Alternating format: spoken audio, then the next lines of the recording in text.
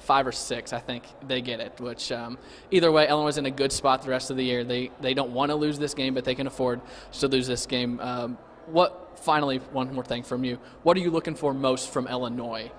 Even if they lose, what can you see from them to say, all right, it's okay? Yeah, I think if Kofi plays well, given the matchup, because now you have Michigan State coming in, Xavier Tillman, someone you have to face. But I just think overall, just be in the game, and I'd like to see early on go on a run. Get this building going. Yeah. It was sold out against Minnesota, but it was an ugly ball game. Yeah. Trent makes some threes early, Kofi a dunk. Just see what this place can be about, bringing back the House of Pain. Yeah, it has been a long time since this place has been rocking like it should. Should be a fun one tonight. We'll have it covered. More coming up at 6 from Marley. We'll have highlights, reaction, live shot, everything post-game. All of his stuff will be on IlliniInquirer.com, so be sure and check everything out. For Derek Piper, I'm Craig Choate. We'll see you later. Thanks you for watching the Your Illini Nation pregame show.